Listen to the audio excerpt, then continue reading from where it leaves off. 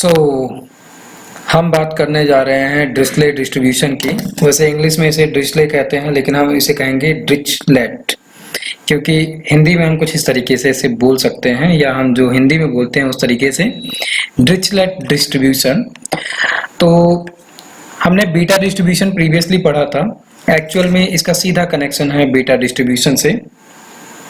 तो पहले इसको थोड़ा सा समझ लेते हैं कि ये है क्या और करेगा क्या।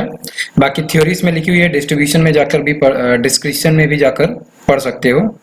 इतना डिस्ट्रीब्यूशन कर लिया है कि बार बार डिस्ट्रीब्यूशन ही याद आ रहा है। ठीक है, तो एक्चुअल में डिरिचलेट डिस्ट्रीब्यूशन जो है ये प्रोबेबिलिटी एंड स्टैटिक्स का ही कॉन्सेप्ट है, और ये जो है continuous multivariate probability distribution family का मेंबर है। इसमें जो ये एक शब्द मिल रहा है हमें मल्टीवेरिएट, इसका मतलब ये है कि मल्टीवेरिएट टाइप का जो हम रैंडम नंबर्स जनरेट करते हैं, मैट्रिक्स जनरेट करते हैं, वही मैट्रिक्स एक्चुअल में जनरेट होती है। लेकिन हमने इसके बारे में यहाँ पर लिखा था और ये एक्चुअल में यहाँ हो गया, ये गलत जगह चला गया है। सो इसको हम कट करते हैं यहाँ से। यस, ये एक्चुअल में क्या है कि जो रैंडम वेरिएबल्स जनरेट होते हैं मल्टीवेरिएट के, ये पूरा का पूरा मैथमेटिकल वैल्यूज होता है। जो एक पूरी लिस्ट बनती है, हमने देखा है कि 1 डायमेंशन, 2 डायमेंशन, 3 डायमेंशन की हम एक लिस्ट जो बना रहे हैं वो असल में एक मैट्रिक्स है। तो वैसे ही रैंडम नंबर्स की एक मैट्रिक्स तो जनरेट होती है, लेकिन मल्टीवेरिएट रैंडम वेरिएबल्स जो होते हैं इसमें ये नहीं पता होता है कि वो वैल्यूज हैं क्या। या तो ये वाला केस होगा, या दूसरा केस हो सकता है कि वो वैल्यूज इनकम्प्लीट हो या अननोन हो। तो इन दोनों केसेस में ही हमको एक्चुअल में नहीं पता रह पाता है कि एक्चुअल में वैल्यूज क्या होंगे, तो उन्हीं को हम मल्टीवेरिएट कहते हैं। ठीक है, आगे बढ़ते हैं। डिरिचलेट डिस्ट्रीब्यूशन जो है इसका प्योरली यूज किया जाता है टेक्स्ट माइनिंग में। अभी हम ग्राफिकल रिप्रेजेंटेशन जो इसमें करने वाले हैं वो थोड़ा हम हट के करेंगे।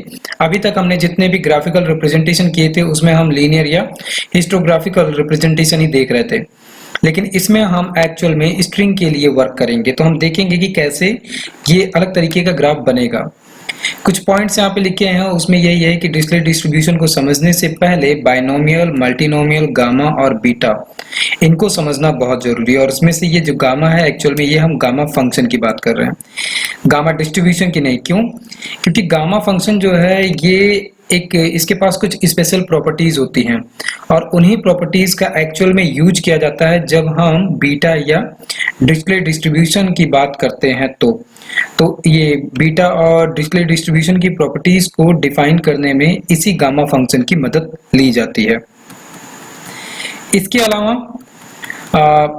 जो ये डिरिचलेट डिस्ट्रीब्यूशन है ये भी बीटा की तरह ही वर्क करता है। बीटा अगर याद हो, जस्ट प्रीवियस टॉपिक था उसमें हमने देखा था कि इस बीटा की जो रेंज थी वो 0 से 1 और वो भी पॉजिटिव थी। पॉजिटिव 0 से 1 की रेंज में ही हमें वैल्यूज मिलती है। वैसा ही सेम केस यहाँ पर भी है कि हमें जो भी पॉजिटिव रियल नंबर्स मिलने वाले हैं वो सारे के सारे 0 से 1 के बीच में ही मिलेंगे। और ये एक्चुअल में के डायमेंशनल वेक्टर्स का पूरा सेट है जो हम डिरिचलेट की बात करते हैं। ये बहुत ही एडवांस टॉपिक है, बट हम इसका बहुत ही बेसिक कॉन्सेप्ट समझ के एक बेसिक सा ग्राफ बनाएंगे अभी, क्योंकि जब हम साईपाई में जाएंगे तब इसको हम बहुत अच्छे से समझेंगे।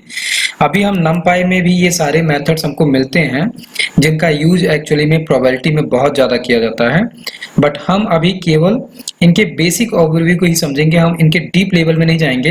हालांकि मैंने यहाँ पर कुछ पॉइंट्स निकाल के उनका बहुत ही आसान समराइजेशन करके यहाँ पर लिख दिया है, लेकिन फिर भी हम बहुत डीप में अभी नहीं जाने वाले हैं। केवल हम अभी ये समझ रहे हैं कि ठीक है ये डिस्ट्रीब्यूशन क्या कर रहे हैं। तो डिरिचलेट जो डिस्ट्रीब्यूशन का मेथड हमको मिलता है डिस्प्ले करके, इसके अंदर 2 ही आर्गुमेंट पास होंगे, एक तो अल्फा है और दूसरा साइज। बीटा के अंदर अल्फा और बीटा 2 आर्गुमेंट्स जाते थे साइज के साथ में, लेकिन यहाँ पर हमें केवल अल्फा ही पास करना है। और ये अल्फा एक्चुअल में फ्लोट सीक्वेंस ही है, फ्लोट नंबर्स ही हैं सारे के सारे, लेकिन इसमें जो लेंथ होगी वो के है। जो के डायमेंशनल वेक्टर देखते हैं ये उसी के लिए यहाँ पर यूज किया गया है। बाकी दूसरा साइज पता ही है, हम रैंडम्स जनरेट कर रहे हैं, रैंडम नंबर जनरेट कर रहे हैं, 1 डायमेंशन, 2 डायमेंशन, ये ऑब्वियसली मैट्रिक्स है। रेफरेंस लिंक है, अगर इसको और अच्छे से समझना है तो इनको जरूर देख सकते हो। ठीक है, तो ये तो बात की हमने इसकी कॉन्सेप्ट की। अब फाइनली हम इसको इम्प्लीमेंट करके देखते हैं कि ये एक्चुअल में कैसा दिखेगा। तो सबसे पहले तो हम numpy को इंपोर्ट कर लें। तो numpy को इंपोर्ट करते हैं हम।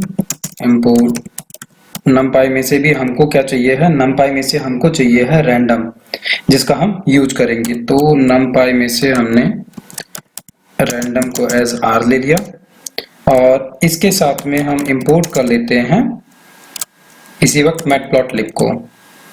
तो मैटप्लॉट में से हमको चाहिए है pyplot, तो हम pyplot को भी ले लेते हैं एज plt। यहाँ पर कुछ चीजें हम थोड़ा डिफरेंट तरीके से करने वाले हैं, क्योंकि अभी हमने बात की थी कि जो डिरिचलेट डिस्ट्रीब्यूशन है ये बहुत अच्छा यूज करता है, टेक्स्ट माइनिंग के लिए इसका यूज किया जाता है। तो हम वैसा ही कुछ केस इसमें बनाने वाले हैं। तो इसके लिए सबसे पहले हमें क्या चाहिए, हमको रैंडम चाहिए है। रैंडम नंबर का हम एक सीरीज जनरेट करें सो दैट कि उसके बिहाफ पर हम ग्राफ बनाएंगे। लेकिन यहाँ पर थोड़ा हम रैंडम के ही मेथड को यूज करेंगे, बट थोड़ा अलग तरीके से करेंगे। अभी प्रीवियसली हमने जितना किया था उससे थोड़ा सा डिफरेंट होने वाला है। तो कुछ चीजें शायद स्लाइटली कंफ्यूजिंग हो, बट थोड़ी देर के लिए होगा, उससे ज्यादा नहीं। तो मान लो हम रैंडम का ही यूज कर रहे हैं और रैंडम में से हम इस समय एक हमको मेथड मिलता है डिफॉल्ट रेंज क्रिएट करने के लिए। तो इसको ब्लैंक ही लेना है। इस डिफॉल्ट रेंज के बाद में हम यूज करेंगे डिरिचलेट मेथड का। इसके अंदर जो डिरिचलेट मेथड है इसके अंदर दो आर्गुमेंट चाहिए है, पहला तो अल्फा और दूसरा साइज। हम जो ये अल्फा की वैल्यू है ये वैल्यूज हम एक से ज्यादा दे सकते हैं, मतलब कि यहाँ पर हम इसको रेंज दे रहे हैं, अल्फा की वैल्यू दे रहे हैं 10, 5 और 3। इसके अलावा दूसरी चीज जो है वो है साइज। तो साइज हम दे देते हैं 20 का। और इसके बाद में एक मेथड यूज होता है ट्रांसपोज का। तो ये क्या करेगा, ट्रांसपोज सबसे ही पता चल रहा होगा। तो ये ट्रांसपोज जो है ये अलग अलग सभी को कैटेगराइज कर देगा। इससे फायदा अभी ये होगा कि जब हम इसको अभी प्लॉट करेंगे तो वहां पर हमको अलग अलग एक स्ट्रिंग एक्चुअल में हम क्रिएट कर रहे हैं, और वो स्ट्रिंग जो है 3 अलग अलग सिनेरियो की स्ट्रिंग है। और उसी स्ट्रिंग के लिए हम एक 10 का ले रहे हैं और एक 5 का और एक 3 का ले रहे हैं, सो दैट कि हमको 3 अलग अलग रेशियो के स्ट्रिंग पैरामीटर मिले, जिसको हम आगे चल के स्ट्रिंग का अगर याद हो कि हम पाइथन में स्ट्रिंग जो लिखते हैं, स्ट्रिंग भी एरे इंडेक्सिंग फॉलो करता है। जैसे हमने हेलो लिखा है तो ये टोटल HELLO 5 कैरेक्टर्स हैं, हम इनमें से सिंगल कैरेक्टर्स को उसके इंडेक्स पोजीशन से फेच कर सकते हैं। वैसा ही काम हम यहाँ पर भी करेंगे, लेकिन यहाँ पर क्या करेंगे, 0 पोजीशन पे हम पूरा इसके रिजल्ट को लेंगे, 1 पे इसको लेंगे और 2 पे इसको लेंगे। और हर एक रिजल्ट जो जनरेट होगा वो 20 रैंडम नंबर्स जो कि डिरिचलेट से जनरेट किया गया है वो हमको मिलेगा, और इसको हम ट्रांसपोज करके अलग अलग के लिए यूज करेंगे। तो पहला काम तो ये हुआ। दूसरा काम ये है हमारा कि हम मैटप्लॉटलिब की ही मदद से करेंगे ये काम। लेकिन अभी तक हम क्या कर रहे थे, हमने लीनियर रिग्रेशन किया या हमने लाइन जनरेट की, और दूसरा हमने क्या किया, हिस्टोग्राफिकल ग्राफ को हमने देखा। लेकिन यहाँ पर हम बार्स जनरेट करेंगे, एक एक बार, या इसको हम कह सकते हैं रो वाइज, इसलिए क्योंकि स्ट्रिंग की बात कर रहे हैं तो हम बार यहाँ पर जनरेट करेंगे। और उसके लिए प्लॉट में हमको मिलता है एक बार h करके मेथड। ये क्या है, हॉरिजॉन्टल बार क्रिएट करने के लिए। वर्टिकल और हॉरिजॉन्टल होता है तो ये हॉरिजॉन्टल बार क्रिएट करेगा। तो इसमें भी हमको रेंज सेट करनी है। रेंज हमने ले रखी है 20 की, वही 20 यहाँ पर भी दे दे रहे हैं। और इसके साथ में याद है जस्ट ऊपर अभी हमने एक s नाम का वेरिएबल क्रिएट किया था, जिसके अंदर एक्चुअल में क्या हो रहा है, 3 अलग अलग S0 और S1 और S2 अलग अलग पोजीशन की वैल्यू आ रही है। तो इसमें से हम सबसे पहले क्या ले रहे हैं, S0 को। तो ये क्या करेगा, ये सबसे पहला बार क्रिएट करेगा जिसमें कि 10 तक की रेंज की हमको वैल्यू मिलेगी। वो हो सकता है अलग अलग तरीके से मिले, लेकिन हमको क्या कहते हैं कंप्लीट 20 अलग अलग हॉरिजॉन्टल लाइन मिलेगी और हर एक लाइन में ये जो हमने यहाँ पर डिरिचलेट में पास किया था 10, इसके रेशियो के जितने भी पॉइंट्स मिलेंगे वो सारे के सारे प्लॉट होंगे इस S0 में। मीन्स कि ये हमको S0 जो है वो सारे प्लॉटिंग पॉइंट्स दे ही दे रहा है, उसको हम यहाँ पर रिप्रेजेंट करेंगे। तो इसी तरीके से दूसरा हम ले लेते हैं बार H से, और रेंज तो सेम टू सेम ही रहनी है, रेंज में कोई चेंज नहीं करना है, रेंज 20 ही रहेगी, लेकिन हमारे जो प्लॉटिंग नंबर्स स्ट्रिंग के मिल रहे हैं वो चेंज हो जाएंगे और उसी की वजह से हमारा जो ग्राफ हमको मिलेगा उसमें चेंजेस मिलेंगे। अब यहाँ पर एक चीज क्या है, जो ये है ये लेफ्ट से स्टार्ट हो रहा है तो ये एक हद तक जाएगा, उसके बाद में रुक जाएगा, उसके बाद में ये S1 स्टार्ट होगा। तो इसको हम लेफ्ट से मीन्स HTML वगैरह में होता है, अच्छा क्या कहते हैं, या हम माइक्रोसॉफ्ट ऑफिस में भी देखते हैं, कंटेंट को हम लेफ्ट में कर सकते हैं, सेंटर में कर सकते हैं या राइट में कर सकते हैं। वैसा ही कुछ केस यहाँ पर भी है कि जब S0 खत्म हो जाए तो उसके जस्ट बाद में हमारा S1 उससे सट के आ जाए, उसके लिए हम यहाँ पर क्या दे रहे हैं कि लेफ्ट से ही स्टार्ट हो और क्या होगा S0 के ठीक बाद में ही S1 आ जाएगा। और जो दूसरी लाइन होगी, जैसे कि रेंज ही हम कर रहे हैं कि एक एक रो है और उस रो में अलग अलग जो ये पॉइंट्स है वो ग्राफ हमको शो करेगा, तो उसी तरीके से ये जो दूसरा वाला लाइन जनरेट होगा, मीन्स कि ये उसी रो में जो एक छोटा हिस्सा और दिखेगा उसके कलर को हम कर देते हैं ग्रीन। और इसी तरीके से थर्ड वाला भी हम ले लेते हैं बार H, और ये हो गया थर्ड स्ट्रिंग के लिए। रेंज हमारी सेम टू सेम रहेगी 20 की, थोड़ा कंफ्यूजन हो रहा होगा, कोई दिक्कत नहीं है, अभी जैसे ही हम इसका रिजल्ट देखेंगे सारी पिक्चर क्लियर हो जाएगी। इसमें भी सेम टू सेम हमको करना है कि ये भी लेफ्ट से ही स्टार्ट होगा, लेकिन कब, जब हमारा क्या कहते हैं एक चीज हमने गलत की है, अच्छा नहीं सही है, तो ये क्या करेगा S0 पहला और दूसरा, इसी में हम कॉन्केटिनेट करेंगे S1 को कि S0 और S1 के ठीक बाद में इसका रिजल्ट हमको मिलेगा, और इसका कलर हम कर देते हैं रेड। ठीक है, ये काम हो गया। साथ में हम टाइटल देना चाहते हैं तो टाइटल दे दें, टाइटल तो नॉर्मल है, इसको देखते ही आ रहे हो, टाइटल में कंफ्यूजन नहीं है, तो हम यहाँ पे दे देते हैं length of string using Dirichlet distribution. Perfect. और लास्ट में हमें क्या करना है, शो मेथड को कॉल कराना है। फाइनली हमने करा लिया।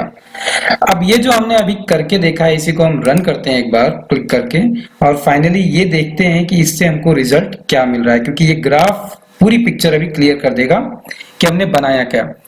डिरिचलेट डिस्ट्रीब्यूशन कंटिन्यूअस डिस्ट्रीब्यूशन का कॉन्सेप्ट है और इसका यूज टेक्स्ट माइनिंग के लिए किया जा रहा है, उसी का एक छोटा सा कॉन्सेप्ट हम यहाँ पर कर रहे हैं।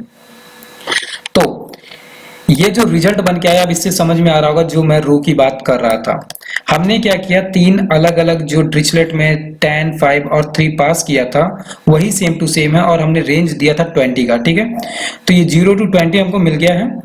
प्लस एक चीज तो याद होगा, चाहे हम बीटा में थे या अभी हम डिरिचलेट में हैं, इनका रेंज हमेशा 0 से लेकर 1 के बीच में ही है। तो हमें जो यहाँ पर रेशियो मिल रहा है एक्स एक्सिस पे वो 0 to 1 मिल रहा है। प्लस हमने जो रेंज दी थी वो दी थी 0 से 20 तक, वो हमको यहाँ पर मिल गया। तो एक्चुअल में इसमें हुआ क्या कि जब हमने अल्फा वैल्यू सेट की 10, तो उसके रेशियो में वैल्यूज हमको मिली ये ब्लू वाली। इसके बाद में जब हमने S1 देखा, और ये जो अभी हमने लेफ्ट यहाँ पर यूज किया था, लेफ्ट इक्वल टू S0, उसका मतलब यही था कि ये जहां पर खत्म हो जाए S0 उसके ठीक बाद में हमारा S1 की वैल्यूज स्टार्ट होंगी। ये एक्चुअल में क्या है, ये नंबर से हमको मिल रहे हैं, तो इसी का यूज करके हमने ये काम किया है कि ठीक है जो अलग अलग स्ट्रिंग्स थी वो कितने रेशियो में कौन कौन सी स्ट्रिंग हमको मिल रही है। अब इसको थोड़ा और क्लियरिफाई करने के लिए क्या किया जा सकता है कि जो ये S की वैल्यू है इसको हम क्या कर सकते हैं, इसको हम प्रिंट करके भी चेक कर सकते हैं कि ठीक है ये S एक्चुअल में हमें दे क्या रहा है। तो हम प्रिंट कर लेते हैं, न्यू लाइन देते हैं एंड S की वैल्यू के लिए यहाँ पर एक स्पेस के साथ में S देते हैं, और यहीं पे कॉमा करके अभी के लिए हम एग्जिट कर देते हैं, ताकि नीचे का कुछ भी रन ना हो, कोई ग्राफ और ये सब ना जाए, सिंपली हमको रिजल्ट मिले कि एक्चुअल में हो क्या रहा है। तो एक्चुअल में ये सब कुछ था पॉइंटिंग। तो हमको क्या मिला, इसको हम थोड़ा सा बड़ा करते हैं टर्मिनल को, ताकि हमारा रिजल्ट हमको अच्छे से दिखे। अब यहाँ पे अगर देख रहे हो तो 3 अलग अलग हमको रिजल्ट मिले हुए हैं। ये पहला हो गया, ये क्या है, ये दिख रहा होगा कि लिस्ट के अंदर लिस्ट है, ठीक है। दैट मीन्स कि 3 डायमेंशन क्रिएट हुए हैं। तो ये पहला हो गया, जिसके अंदर हमने 10 दिया था, तो उसका रेशियो जो था वो 0 से लेके 10 के बीच में आ रहा था। जब हमने 5 दिया तो वो क्या कर रहा था, रेशियो जो है वो 0 से लेके 5 के बीच में आ रहा था। और तीसरा जब हमने 3 दिया था तो उसका रेशियो क्या हो रहा था, 0 से लेकर 3 के बीच में आ रहा था। और टोटल नंबर कितने जनरेट हो रहे थे रैंडम, 20 हर एक में 20 थे। लेकिन रेशियो जो था अल्फा का वो इसमें 0 से 10 का था, और इसमें 0 से 5 का था, और इसमें 0 से 3 का था। यही 3 अलग अलग जो हमको रोज मिली, मीन्स अगर हम इनको सिंगल डायमेंशन में कह दे तो ये 3 अलग अलग रो मिली, और इन्हीं रोज के हमको क्या मिले, 20 अलग अलग रिजल्ट मिले। और इन्हीं को हमने क्या किया, प्लॉट किया। लेकिन इस बार हमने प्लॉटिंग थोड़ी दूसरी तरीके से की, तो इसीलिए उसमें थोड़ा सा कंफ्यूजन हो सकता है। हालांकि हम अभी जहां पर हैं वहां पर हम केवल numpy की बात कर रहे हैं। ये सारा काम जो अभी हमने नीचे किया, ये थोड़ा सा मैटप्लॉटलिब के अंदर और अंदर जाने वाली बात है कि हम थोड़ा डीप में जा रहे हैं। लेकिन अभी हम उतना नहीं देख रहे हैं, क्योंकि अभी हम मैटप्लॉटलिब को बहुत अच्छे से देखेंगे। क्योंकि बिना मैटप्लॉटलिब के अभी जैसे कि ये 10-12 अलग अलग डिस्ट्रीब्यूशन के केसेस देखे गए, numpy के केसेस देखे गए, तो ये तो पता चल गया होगा कि ठीक, हम चाहे जो करें, ग्राफ की अगर बात आती है तो वहां पर पाईप्लॉट का ही यूज हो रहा है। और पाईप्लॉट में जैसे पहले हिस्टोग्राम देखा, लाइन का रिप्रेजेंटेशन देखा, अब एक बार एच देखा, तो इसी तरीके से बहुत सारे हैं जिनका हम अलग अलग ग्राफ रिप्रेजेंटेशन के लिए यूज करते हैं। ठीक है, इससे रिलेटेड अगर कोई कंफ्यूजन है, इन वैल्यूज को कम ज्यादा करके इनमें चेंजेस कर सकते हो। ये रेशियो तो समझ में आ ही गया है कि ये 10, 5 और 3 हमने जो दिया है ये एक्चुअल में क्या कर रहा है, हम एक अपना खुद का रैंडम डेटा जनरेट कर रहे हैं, जिसके बिहाफ पे हम बार्स क्रिएट कर रहे हैं अपने रिजल्ट में। तो इसकी वैल्यूज को इधर उधर करके चेक कर सकते हो। और इससे रिलेटेड अगर कोई कंफ्यूजन है, कमेंट है या क्वेश्चन है, दैट मीन्स कि उसको कमेंट करो। ठीक है फिर। और साथ ही पाइथन पढ़ रहे हो, पाइथन से होते हुए डेटा साइंस तक जाने के लिए, बेहतर तरीके से पढ़ने के लिए चैनल में नीचे स्क्रॉल करोगे तो पॉपुलर वीडियोस के नीचे अभी मैंने ज़ेंगो के बारे में पढ़ाना चालू किया था। ज़ेंगो की पूरी प्लेलिस्ट है, स्टेप बाय स्टेप पूरा 1 बाय 1 मैंने सीरीज़ में लगा रखे हैं। इसी के अलावा numpy एरे से रिलेटेड जो भी वीडियोज़ हैं वो सीक्वेंस में मैंने यहाँ पर बना रखा है। ऑनलाइन पाइथन क्लास मैंने एक वीडियो बना रखा है क्लासेस के लिए। लेकिन अगर पाइथन और अच्छे और डीप में पढ़ना है तो नीचे एक full Python basic and advance course मिलेगा, इसको देख सकते हो। इसके अंदर 35 प्लस वीडियोस मैंने बना रखे हैं, बेसिक से लेके एडवांस प्लस डेटाबेस कनेक्टिविटी पूरी। इसके अलावा नीचे गिटहब और कुछ और भी फाइलें हैं, जैसे टिप्स एंड ट्रिक्स अभी मैं बना रहा हूँ, कुछ भी VS कोड से रिलेटेड या कोडिंग से रिलेटेड जो भी आता है वो मैं यहाँ पे दूंगा। इसके अलावा आगे चल के मैं एक प्रोग्रामिंग न्यूज़ करके भी प्लेलिस्ट बना दूंगा।